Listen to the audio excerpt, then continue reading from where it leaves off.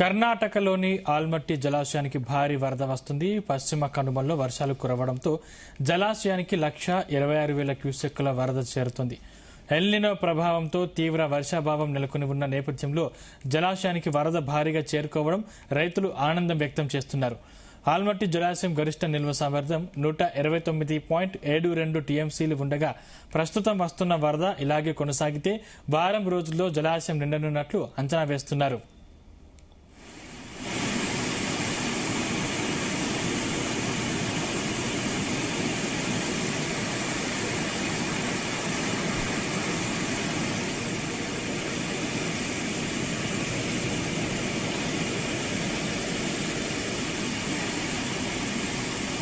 ఇదే అంశానికి సంబంధించిన మరిన్ని డీటెయిల్స్ మా ప్రతినిధి జానయ్య అందిస్తారు. జానయ్య, సందీప్, ఏదైతే పశ్చిమ కనుమల్లో కురుస్తున్నటువంటి భారీ వర్షాలతోటి ఏదైతే కృష్ణా పరివాహక ప్రాంతానికి సంబంధించినటువంటి నదుల్లోకైతే జల ప్రవాహం అయితే మొదలైందని చెప్పవచ్చు. ఇటు ఆల్మట్టి డ్యామ్ కి ఇప్పటికే 1,20,000 క్యూసెక్కులకు పైగా వరద వస్తుండటంతో మరో వారం రోజులు ఇదే వరద వస్తే మాత్రం ఆల్మట్టి డ్యామ్ కూడా పూర్తి స్థాయి నీటి మట్టానికి చేరుకునే అవకాశం ఉన్నట్టుగా కూడా అధికారులు అంచనా వేస్తున్నారు. దీంతో కృష్ణా పరివాహక ప్రాంతానికి సంబంధించినటువంటి ప్రాజెక్టులు కూడా జలకళను సంతరించుకునే అవకాశం ఉందనేది కూడా అధికారులు అయితే అంచనా వేస్తున్న పరిస్థితి అయితే కనపడుతుంది. ఏదైతే ఇటు చివరగా ఏదైతే కృష్ణా పరివాహకానికి సంబంధించి చివరగా ఉన్నటువంటి నాగార్జున సాగర్ ప్రాజెక్టుకు సంబంధించి రెండు తెలుగు రాష్ట్రాలకు సంబంధించి ఇటు జల ప్రధానిగా ఉన్నటువంటి నాగార్జున సాగర్ ప్రాజెక్టుకు సంబంధించి కుడి ఎడమ కాలువలకు సంబంధించి తాగునీటి అవసరాల కోసం కావచ్చు, ఇటు తాగునీటి అవసరాలకు కూడా నాగార్జున సాగర్ ప్రాజెక్టు నుంచి వినియోగించుకుంటారు. అయితే ప్రస్తుతం నాగార్జున సాగర్ ప్రాజెక్టుకు సంబంధించి మొత్తం 590 అడుగులకు గాను ప్రస్తుతం 513.80 అడుగుల నీటి మట్టం ఉంది. అలాగే 312 టీఎంసీల కెపాసిటీకి గాను ప్రస్తుతం 138 టీఎంసీల కెపాసిటీ ఉన్నట్టుగా కూడా అధికారులు చెప్తున్నారు. దీంతో పాటు ఇటు ప్రజెంట్ నాగార్జున సాగర్ ప్రాజెక్టు నుంచి కూడా ఏదైతే ఎస్ఎల్బిసి నుంచి నల్గొండ జిల్లాకు సంబంధించినటువంటి తాగునీటి అవసరాల కోసం 900 క్యూసెక్లను రిలీజ్ చేస్తున్నారు. దీంతో పాటు పవర్ జనరేషన్ కోసం కూడా 11,000 క్యూసెక్లకు పైగా కూడా వినియోగిస్తున్నారు. అయితే నాగార్జున సాగర్ ప్రాజెక్టుకు సంబంధించి ప్రస్తుతం 513 అడుగుల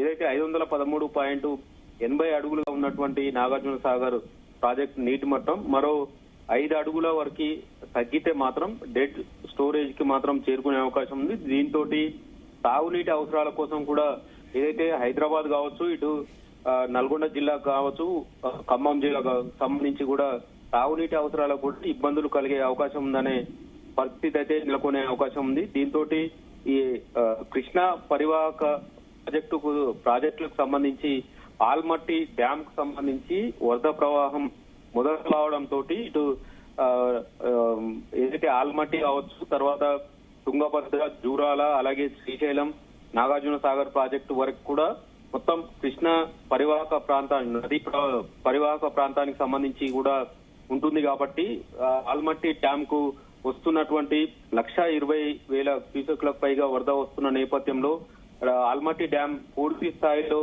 నిండే అవకాశం ఉన్నట్టుగా కూడా అధికారులు చెప్తున్న నేపథ్యంలో మరో వారం రోజుల పాటు ఇదే వరద వస్తే మాత్రం ఆల్మట్టి డ్యామ్ కూడా పూర్తి స్థాయిలో నింటే మాత్రం ఖచ్చితంగా గేట్లు ఎత్తి దిగువకు నీటిని విడుదల చేసే అవకాశం ఉన్నట్టుగా కూడా అంచనా వేస్తున్నారు.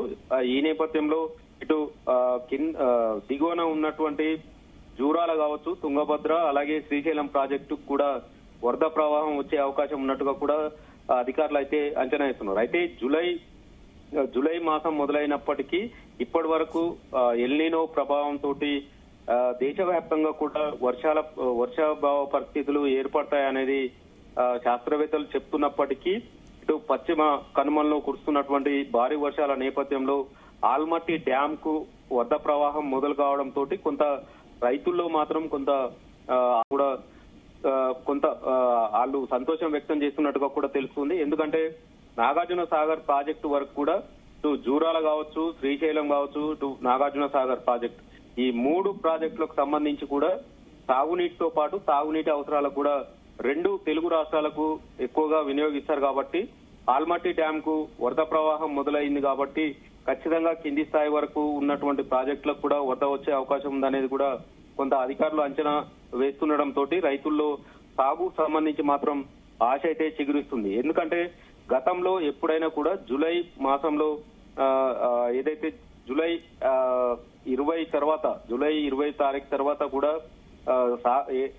ఏదైతే కృష్ణా పరివాహకానికి సంబంధించినటువంటి ప్రాజెక్టులకు వరద ప్రవాహం మొదలయ్యేది. కానీ ఇప్పుడు ఏదైతే ఎల్నినో ప్రభావంతో వర్షాలు తక్కువగా ఉంటాయి, వర్షాభావం ఉంటుందనే నేపథ్యంలో ప్రభుత్వాలు కూడా కేంద్ర ప్రభుత్వం కాబట్టి ఇటు రాష్ట్ర ప్రభుత్వం కానీ వ్యవసాయ సాగుకు సంబంధించి రైతులు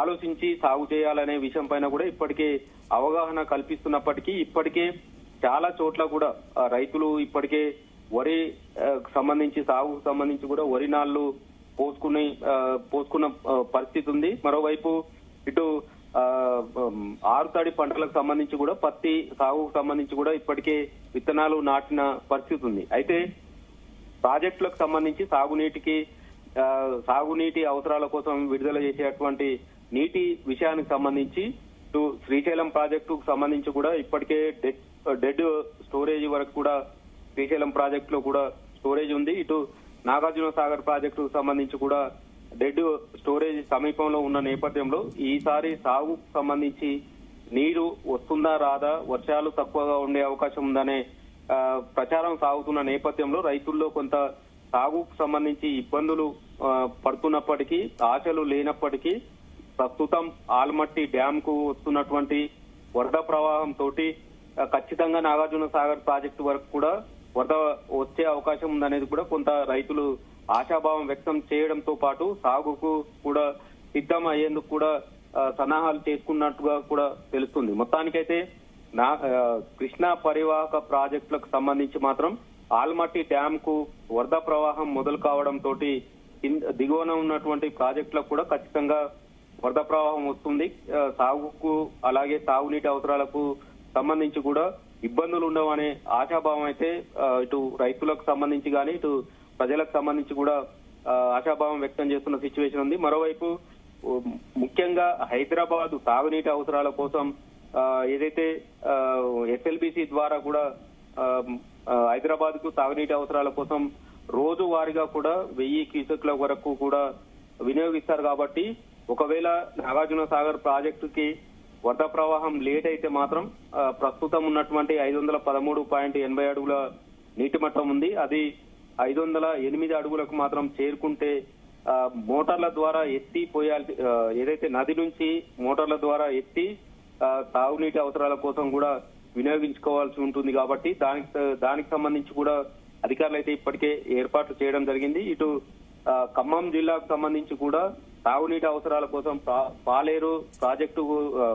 రిజర్వాయర్ కు సంబంధించి ఇప్పటికే వారం రోజుల పాటు నాగార్జున సాగర్ ప్రాజెక్టుకు ఎడమ కాలువ నుంచి కూడా నీటిని విడుదల చేయడం జరిగింది. ఇటు ఉమ్మడి నల్గొండ జిల్లాకు సంబంధించి ఏఎంఆర్పి కాలువ ద్వారా కూడా ఇప్పటికే ఉదయ సముద్రం కావచ్చు, ఇటు ఎడవల్లి రిజర్వాయర్ కావచ్చు, ఇటు ఐటిపాములకు సంబంధించిన రిజర్వాయర్లతో పాటు ఇతర రిజర్వాయర్లకు సంబంధించి ఇటు సూర్యాపేట జిల్లాకు సంబంధించి కూడా రిజర్వాయర్లకు కూడా నీటిని విడుదల చేయడంతో కొంత తాగునీటి అవసరాలకైతే మరో 20 రోజుల పాటు వినియోగించుకునే విధంగా ఉన్నప్పటికీ సాగర్ కు సంబంధించి డెడ్ స్టోరేజీ సమీపంలోకి వెళ్తున్న నేపథ్యంలో ఆల్మట్టి డ్యామ్ కు వస్తున్నటువంటి వరద ప్రవాహం మొదలు కావడంతో మిగతా ప్రాజెక్టులకు కూడా ఖచ్చితంగా వస్తుందనేది కూడా కొంత ఆశాభావం వ్యక్తం అవుతున్న నేపథ్యంలో రైతులు కావచ్చు, ఇటు ప్రజలు కూడా చేస్తున్న పరిస్థితి అయితే కనపడుతుంది. సందీప్.